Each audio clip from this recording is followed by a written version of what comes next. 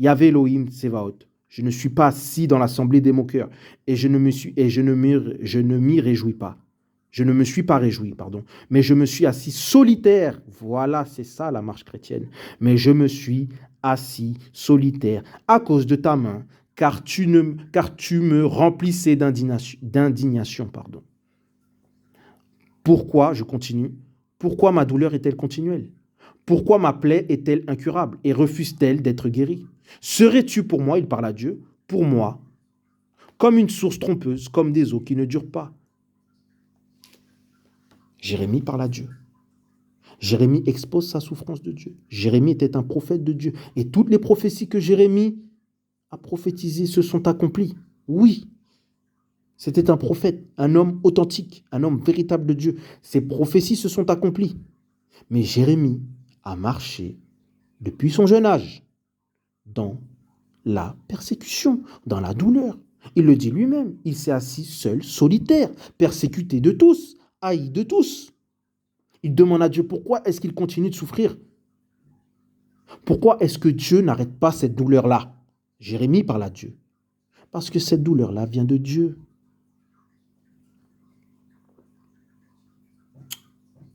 Cette douleur-là vient de Dieu. C'est une souffrance que Dieu a fait porter à Jérémie.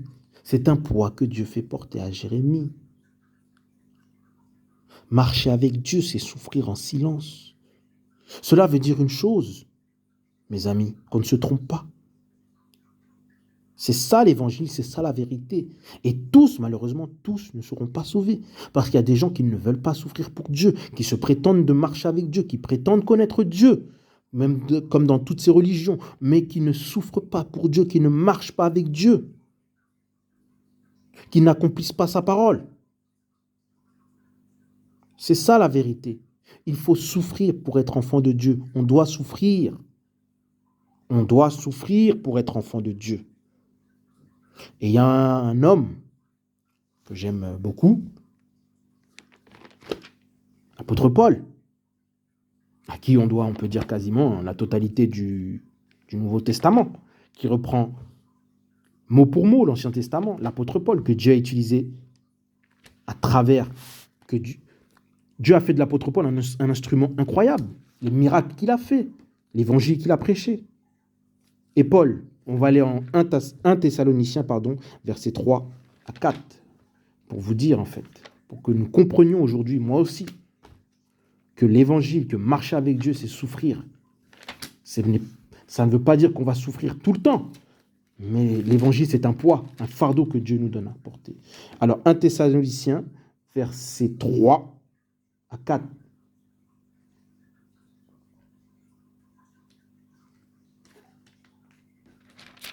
Un Thessaloniciens.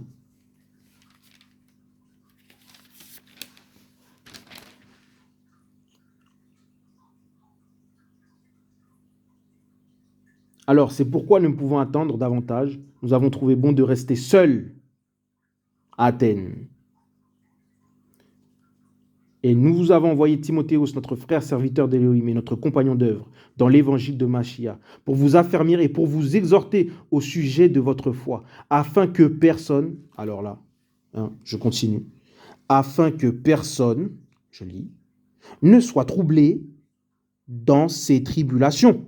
Afin que personne ne soit troublé dans ses tribulations, c'est Paul qui parle, puisque il continue, vous savez vous-même que nous sommes destinés à cela.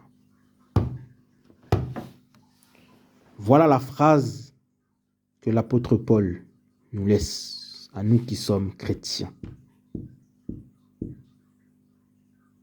Paul nous dit ici que nous ne devons pas être troublés pendant nos tribulations. Puisque vous savez vous-même que nous sommes destinés, c'est notre destin de souffrir avec Dieu. Incroyable. C'est notre destin. Nous sommes destinés à cela. Voilà. Donc si tu es un vrai enfant de Dieu ou une vraie sœur de Dieu, un vrai frère, tu pries, tu ne comprends pas pourquoi tu souffres, sache que c'est Dieu qui te fait souffrir et que cette souffrance vient de Dieu et que c'est notre destin. Qu'est-ce que le destin? On a vu le mot souffrance, on a défini le mot souffrance. C'est quoi le destin? Alors le destin, pour faire court, c'est un ensemble d'événements qui composent la vie d'un être humain. Le destin, c'est un ensemble d'événements qui composent la vie d'un être humain. En fait, notre destinée, c'est de souffrir avec le Seigneur Dieu. Ça fait partie de notre destinée, c'est notre destin. Ce sont des événements qui doivent s'accomplir, ça fait partie de notre destin. Nous avons choisi de marcher avec le Seigneur. Nous avons un poids à porter, nous avons la croix à porter. Dieu l'a dit, prends ta croix et suis-moi. Eh bien, c'est notre destin. Lorsque Jésus a porté sa croix, il a souffert. Il se faisait fouetter, insulter. Toi, en tant que chrétien, tu prends ta croix, eh ben, tu le suis, eh ben, voilà, eh ben, tu dois souffrir. C'est ton destin. Voilà, c'est notre destinée. Souffrir avec Dieu, c'est Paul qui le dit. 1 Thessaloniciens 3, versets 3 à 4, c'est notre destinée. Nous sommes appelés à vivre dans les tribulations. Voilà. On peut encore continuer. On peut prendre encore un autre personnage. Job, verset 1. Job 1, versets 8 à 9. Dans ce verset-là, quand on lit Job, pour que vous compreniez, on va aller Job. Quand on lit Job, qu'est-ce qu'on se rend compte?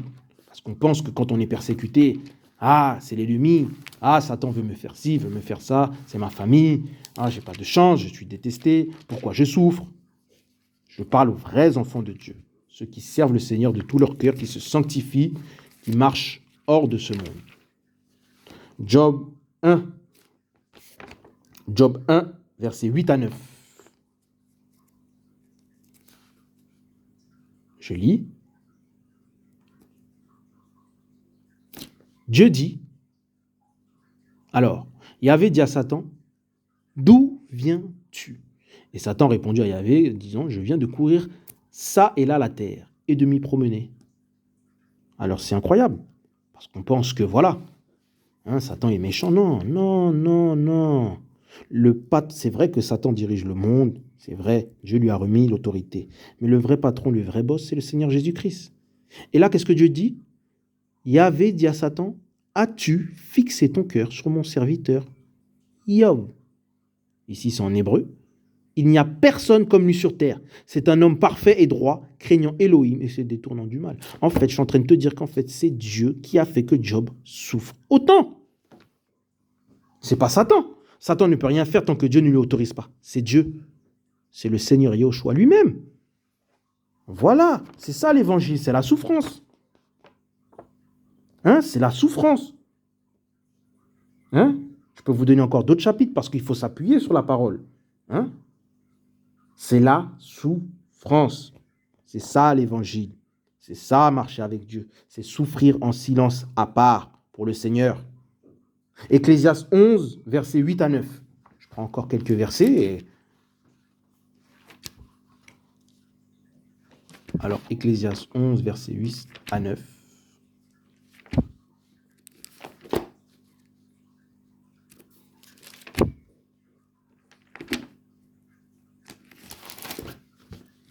Ecclésiaste 11.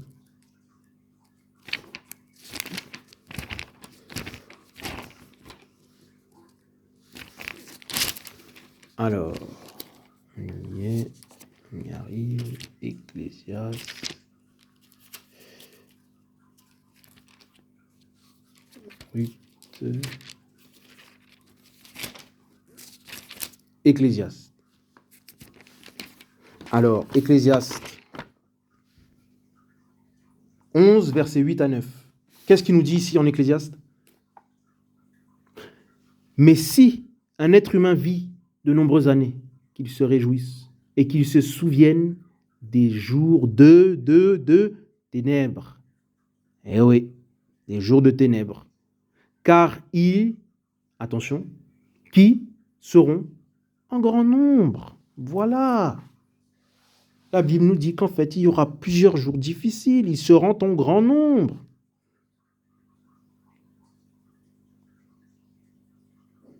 C'est à travers la souffrance que Dieu nous façonne. C'est à travers la souffrance que Dieu nous utilise. C'est ça la grâce. Ce n'est pas que de posséder des choses matérielles. C'est comme ça que Dieu va faire de nous des vrais chrétiens, des vrais enfants de Dieu. C'est comme ça que Dieu va nous utiliser. C'est comme ça que Dieu va nous parler. Le premier langage que Dieu utilise, c'est la souffrance. Quand on se convertit de tout son cœur, de toute son âme au Seigneur Jésus-Christ, c'est la souffrance. C'est les épreuves. Dieu ne donne jamais quelque chose comme ça, n'accorde jamais une délivrance comme ça. Il faut qu'on souffre. 2 Corinthiens 12, verset 9. Je peux vous prendre encore plusieurs versets. Toujours avec Paul.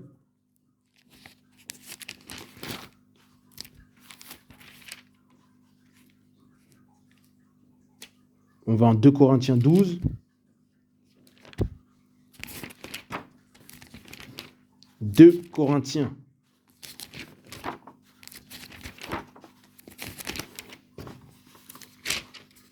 Vous êtes avec moi. Voilà, 2 Corinthiens. On va en 2 Corinthiens. 2 Corinthiens. Verset 2 Corinthiens 12, pardon, verset 9 à 10. Alors, je vais lire à ce sujet. Alors, Paul, il avait un handicap, on sait qu'il avait un handicap au niveau des yeux. Alors, Paul dit, alors je lis, on commence au verset 8, à ce sujet, 3 fois j'ai prié le Seigneur afin qu'il s'éloigne de moi. Et il m'a dit, écoutez ce que le Seigneur dit, c'est ça qui est important. Ma grâce te suffit, car ma puissance s'accomplit dans la faiblesse. Voilà, mes amis. Voilà l'évangile. Voilà. La puissance de Dieu s'accomplit dans notre vie pendant que nous sommes faibles, pendant que nous souffrons, pendant que nous sommes abattus, pendant que nous sommes désespérés. C'est comme ça que Dieu nous fait faire sa volonté dans notre vie. Parce que nous ne sommes pas là pour servir nos intérêts, mais ses intérêts à lui. Voilà, sa grâce nous suffit. C'est quoi la grâce de Dieu? C'est sa puissance qui s'accomplit dans la faiblesse. C'est ça la grâce. Voilà. Donc quand on te dit la grâce, avoir une maison, avoir une voiture, le Seigneur m'a fait grâce. Oui, j'ai gagné ceci, j'ai obtenu un travail, j'ai obtenu quelque chose de matériel, je vais me marier, les choses matérielles. C'est pas la grâce. C'est pas ça la grâce. Ma grâce te suffit, car ma puissance s'accomplit dans la faiblesse. Eh oui, souffrir pour Dieu, c'est aussi une grâce. Eh oui. Eh oui. On continue, qu'est-ce que Paul dit? Je me glorifierai donc très volontiers plutôt dans mes faiblesses, afin que la puissance du Mashiach fixe sa tente sur moi. À cause de cela, je prends plaisir dans les faiblesses, dans les injures, dans les difficultés, dans les persécutions. Eh oui, les persécutions, nous sommes appelés à être persécutés en tant qu'enfants de Dieu. Et dans les affreuses calamités pour Mashiach. Car quand je suis faible, c'est alors que je suis fort. C'est ça, mes amis, l'évangile. C'est la souffrance. Marcher avec Dieu, c'est souffrir. Le thème, c'est la souffrance qui vient de Dieu. Pour que nous soyons saints, pour que nous puissions accomplir notre vision, la vision que Dieu a promis, la vision que Dieu a mis dans notre cœur, pour que nous soyons sans reproche, pour que nous soyons purs, pour que nous soyons à l'image de Dieu. Dieu va nous parler au travers de la souffrance. Dieu va nous faire souffrir. Il faut qu'on souffre. On ne peut pas se dire chrétien et ne pas souffrir pour Dieu. On ne peut pas dire qu'on aime une personne tant qu'on ne souffre pas pour cette personne. Tant qu'on n'est pas prêt à souffrir, Jésus dit lui-même, même ton meilleur ami, tu dois être capable de donner ta vie pour lui. Pourquoi Jésus, c'est le vrai Dieu? Parce que c'est le seul Dieu qui s'est manifesté, c'est le seul Dieu qui a agi, les autres dieux n'ont pas parlé, n'ont pas agi. Et Jésus, qu'est-ce qu'il a fait? Il a donné sa vie pour nous, son âme. Jésus était Dieu, mais aussi 100% homme. Il a prouvé son amour. Il l'a fait même pour les gens qui vont en enfer, qui ne l'aiment pas, qui le détestent. Il l'a fait même pour eux. Il a prouvé son amour pour l'humanité. Jean 3,16. Voilà. Il a prouvé son amour. Tu ne peux pas dire que tu aimes quelqu'un, un homme, une femme, que tu sois marié ou pas, que tu marches avec Dieu parce que nous sommes aussi l'épouse, donc nous sommes mariés avec Dieu. Par exemple, moi, je suis marié au Seigneur Jésus-Christ. Nous sommes l'épouse de Dieu. Eh bien, je ne peux pas prouver mon amour tant que je ne souffre pas pour cette personne, tant que je ne souffre pas pour Dieu. Tu ne peux pas prétendre aimer ta femme tant que tu ne souffres pas pour elle. Tu ne peux pas prétendre aimer ton mari tant que tu ne souffres pas pour lui ou tes enfants, ou peu importe. Les gens que tu dis que tu aimes, tu dois leur prouver. Lorsque les moments difficiles viendront, lorsqu'il y aura des épreuves dans ta vie, c'est là qu'on voit les vrais visages. Et on a vu le vrai visage du Dieu vivant. On a vu le vrai visage de Dieu. On sait qui est Dieu. Pourquoi? Parce qu'il y a 2000 ans, bon, on est en 2022 ans, il y a un homme qui est venu sur la terre. Cet homme, il est mort. Il a souffert à la croix pour nos péchés. Voilà. Aucun autre Dieu n'a fait ça. Aucun autre Dieu s'est manifesté dans aucune autre religion. Lui, le venu, il a fait sa part. Il s'est sacrifié. Il a été crucifié. Le maître a été crucifié. Il a souffert. La crucifixion, pour votre rappel, c'est le moyen de torture le plus dur et le plus difficile au monde, même au jour d'aujourd'hui. Même si on nous injecte, par exemple, une exécution du létal ou dans les veines ou peu importe, le moyen le plus dur, c'est la crucifixion. Jésus-Christ a souffert à la croix. Il n'est pas mort sur le coup. Non. C'est la crucifixion. C'est un système romain qui a été mis en place pour faire souffrir les prisonniers, les plus bandits, les plus méchants. Eh oui, c'est pour ça qu'il y avait deux méchants à sa droite et à sa gauche. C'était le moyen de torture le plus difficile, le plus dur au monde. C'était réservé aux criminels les plus méchants. C'est ça la crucifixion. Et nous avons des points vitaux dans notre corps où chaque point vital du Seigneur a été impacté, a été cloué. Et c'est là qu'il a prouvé son amour. Il a été crucifié.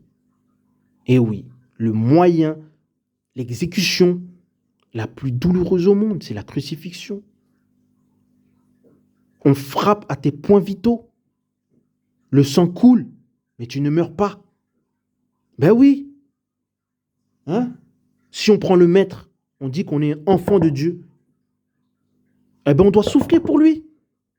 On doit lui prouver notre amour. Les gens qui vont au paradis, les gens qui seront sauvés, parce que c'est ça, être chrétien, c'est pour le salut. Ce sont des gens qui ont souffert sur la terre pour Dieu, qui se sont sanctifiés, qui se sont détournés du mal, du péché. Eh oui, ça c'est dur aussi. Je sais de quoi je parle. Je ne suis pas forcément un bon exemple, mais je vis ma vie chrétienne et je vois comment c'est difficile. Se détourner du mal, du péché, surtout dans un monde pareil. On doit souffrir pour le Seigneur, il faut se sanctifier. Prenons le maître. Luc 26, verset 38. Parce que Dieu est homme aussi. Jésus-Christ est 100% Dieu, mais 100% homme aussi. C'est pour ça qu'il y a la face d'un homme lorsque Ézéchiel voit les 4 êtres vivants. Eh oui, le seul véritable Dieu, c'est le Seigneur Jésus-Christ. C'est le seul qui se manifeste. C'est le seul qui agit. C'est le seul qui touche des cœurs. Et c'est le seul qui fait encore des miracles au jour d'aujourd'hui. Et c'est le seul qui parle à ton cœur. Aucun autre Dieu ne se manifeste comme le Seigneur Jésus-Christ. On est en Luc 23, chapitre 26 à 38.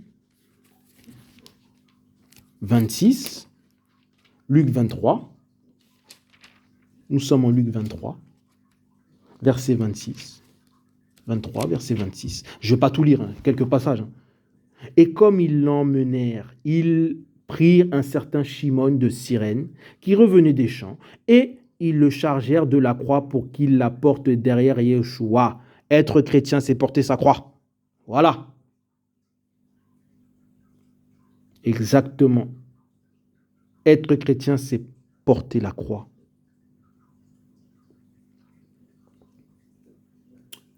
Je lis au chapitre 33. Et quand ils furent arrivés au lieu appelé le crâne, ils le crucifièrent là, ainsi que les malfaiteurs, l'un en effet à droite et l'autre à gauche.